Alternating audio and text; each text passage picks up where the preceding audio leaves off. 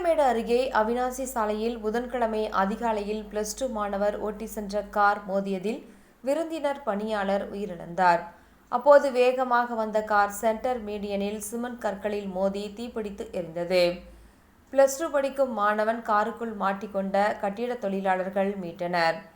காரை ஓட்ட அனுமதித்த அவரது தந்தை மீதும் காரை வைத்திருந்த தாத்தா மீதும் நகர போலீசார் வழக்கு பதிவு செய்தனர்.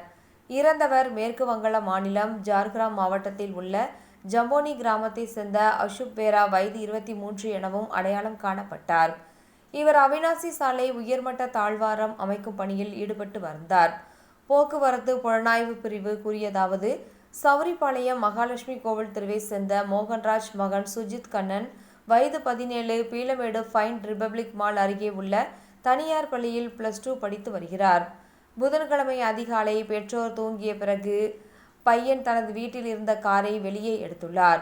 இவர் அவிநாசி சாலையில் ஓட்டி வந்தார். அவர் கால் டாக்சியை கடக்க முயன்றபோது கார் கட்டுப்பாட்டை இழந்து கட்டிட தொழிலாளி மீது மோதியது.